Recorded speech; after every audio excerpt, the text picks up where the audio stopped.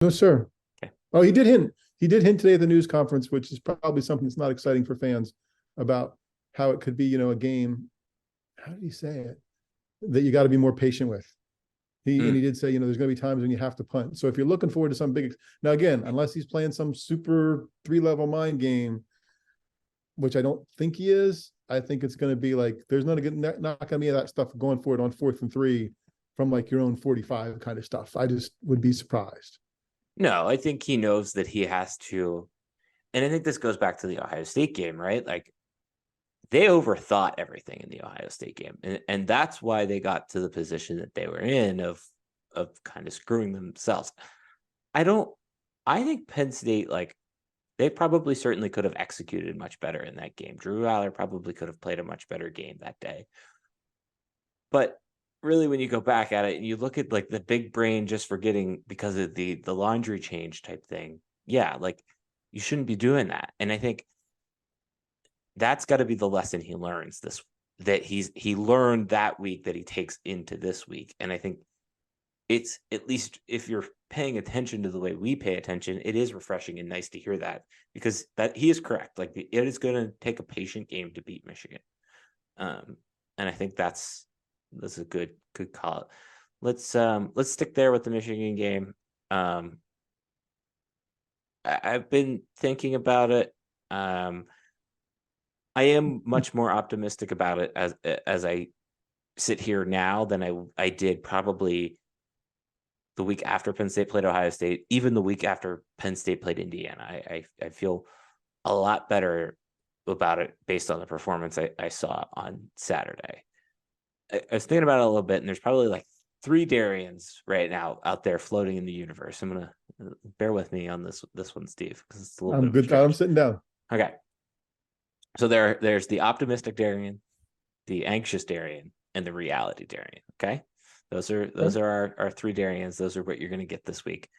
Because I think that sets the optimism level as The Darian solid. OARs, basically. Yeah, Yeah. solid right here. Okay, so let's go through the optimistic Darian. Michigan has not played anyone this year. They have not. Like it just they haven't. I don't know what their most impressive win is, because I they haven't really beat anyone. Their non-conference schedule suck. Maybe the Purdue game. Honestly, maybe the Purdue game was their toughest win yet. Also in the optimistic Darian's corner is the fact that Penn State looked very good on Saturday. Like Penn State looked like a top 10, top 5 team that they were supposed to look like. And I think a lot of that stems from the fact that, number one, the quarterback played well, the wide receivers played well, the tight ends played well, even the running back, who didn't get 100 yards but almost got 100 yards, played pretty well. And then the defense all season long, outside of 2 plays against Indiana and not even 1 play against Ohio State, maybe 1 play against Ohio State, has been the best Penn State defense of my lifetime. So that's optimistic, Darian. That's why I'm eager, looking forward to Saturday's game. Anxious Darian sits a little bit in the middle, I guess, would be a little bit below middle. I think reality Darian probably sits the most in the middle. It is probably going to be harder to win this game for Penn State than it was for against Ohio State. I think Penn State matches up worse against Michigan than they do Penn State against Ohio State. I think they're better built to beat Ohio State, even though they didn't beat Ohio State this year. So there's That's the that. conventional wisdom, and I think you're Yep. probably right. I Okay. mean, that's what everybody they accepted, right? They built themselves to beat Ohio State. And then it turned out Michigan got better all of a sudden the past couple 2 seasons, and now they might be a different team to deal with. Yeah, I mean, and the results show Michigan has beat Ohio State 2 years in a row. Right. And if they lose again, God bless Ryan Day. He's probably never going to be allowed back in the state of Ohio. But also with the anxious Darian comes the fact that, to kind of counteract that, Penn State is a different team at home. I think we've seen that time and time again. Outside of really the Ohio State series over the last few years, they've beat pretty much everyone at home, regardless of who comes in there. And yes, like obviously the last time Michigan came into Beaver Stadium, they won, but there have been some good Michigan teams that have walked through there, and James Franklin's led them to victory. That being said, what I struggle with the most in the whole entire situation is the track record of it not being there. So is this still anxious, or have we This is still moved anxious. realistic? We're still in Okay, anxious okay. Darian. The track record of James Franklin not being there is Penn State hasn't won a big game of conference importance since what, 2019? You can make the argument 2016. Like it's, and that's why I think I'm the most anxious. And it's very much a I'll believe it when I see it type thing. So I think that's where I sit on that side. I'll let you rebuttal or. Well, I was waiting to see if we get the whole spectrum. We're going to Do go. you want me to go? Yeah. Okay. Go. Right. Let's hear him too. All right. So realistic Darian is this. I don't know if Penn State's going to win. I'm not going to sit here and be as confident as I was about the Ohio State game because that's not logical. But I don't know. I think there's a part of me that knows that James Franklin knows this is it. This is the most important game of James Franklin's career, point blank. Up until this point, like this is going to decide a lot of things about James Franklin's legacy at Penn State. Because if Penn State wins and then goes on to assumingly beat Rutgers and beats Michigan State, Penn State's 11-1. Finally, James Franklin gets 11 regular season wins as a head football coach, right? And maybe they don't make the playoff, but they're at least 11-1, and I can live with the fact that at least they did enough to put themselves in a better consideration than they did when they almost went in 2016 and dropped the ball in 2017. And I think that's where realistic Darian sits primarily right now, is like, okay, let's just see what happens. The game's at home. There's a lot going on with Michigan. There's a lot of momentum right now with this football team. And I don't know. That's about where I'm at with it. So I just wanted to walk everybody through that. And I also, I don't know.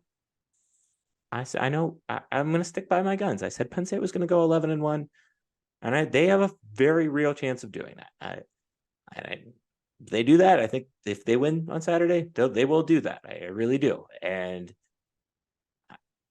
were you going 11-1 and you didn't know which one of the two it was going to be in your mind? No, we both thought it. You and I were flipped. I thought they were going to beat Ohio State, and I think you thought that they were going to beat Michigan. Okay, I think that's what we said. I just can't remember. I don't want to back down from that because I'm not a quitter. Well, I think from optimistic to realistic, I think that Darian, all three of them, if you placed him over the feelings and emotions of the other 107,000 fans or so who will be in the stadium, 110 if they get there on time on Saturday, and they should, because lots will be open earlier and they'll be there at 6:00.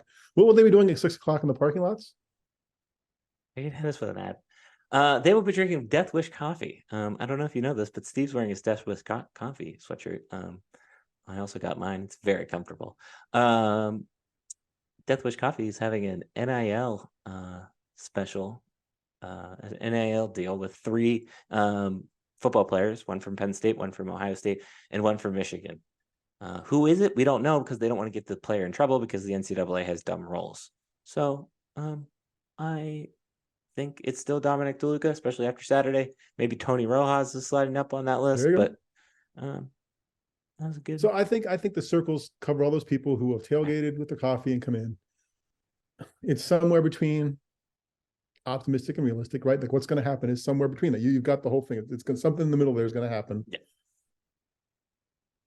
I don't know that I'm more optimistic based on the Michigan game, but I don't know that I'm any less optimistic than I was before Ohio State. Like there's just Penn State has played half decently well in big games, perceived big games, maybe not the biggest games, right? Because otherwise you won't be 4-15 or whatever it is against the 2 schools that matter. But they do have more than a puncher's chance at this, I think. Michigan hasn't played anyone. I do think they benefit from all the noise around them because I think they can shut it out. I think they can say it's us against the world. Nobody likes us. It's like Ryan Day after Notre Dame. Oh, everybody's against Ohio State. Yeah, Ryan, everybody's been against Ohio State forever. Stop it. Right? Like there's just no way. but they played 3 games without the coach already, right? So even if they don't, it's not like they had, or they played 3 or 4 to start the season. 3, right? 4. I think it was, 4. it was at least 3. It was at Right. least 3. So if for some reason he isn't there, it's not a big deal. Like it's just really Yeah. not at that point. They've done the game, they've done all the preparation leading up to it. But I don't think Penn State's going to get blown out. I think it's going to be a score or 2 one way or the other. So if it's that way with the talent Penn State has, they've got a chance. And I guess I did think they were going to beat Michigan coming in at my 11-1. So I'm not a quitter either, right? Like they're going to win, or they're going to, they've got to win to be 11-1 in my book. I don't know if it's about Coach Franklin's legacy so much as it is about his the perception of him. I mean, with solidifying the perception, because his legacy is he's not going anywhere, right? Like it's not like there's going to be a move as a result of this, right? Because he's here next year no matter what. Yeah. He's here the year after that no matter what, unless he decides he wants to go somewhere else. So I think it's about perception, and perception is reality, but I think it's about solidifying that perception. I mean, good Lord, if they go to 4-16 against these 2 teams in his tenure, 20 shots at him and he can only get 4 wins, that's just doesn't sound or look good on paper or on the internet, Well, right. And I think that's kind of where I'm coming from on that. It's like, right. That's what you're always going to be remembered for. And this is your last chance to buck that trend. Right. Because next year the rules change, right? Right. Yeah. Everything's just different. Right. Very so different. Maybe it is more legacy. Next year the rules change, right? So you got to do is be 1-12. Yeah, and anxious is what makes this stuff fun, right? Like that's why you go.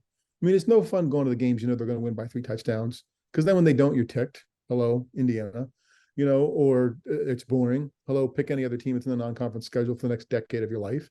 So yeah, that's what makes these games fun. So I think anxious is great. I'm not sure they're going to lose, but I'm not sure they're going to win either. And that's what'll make it enjoyable.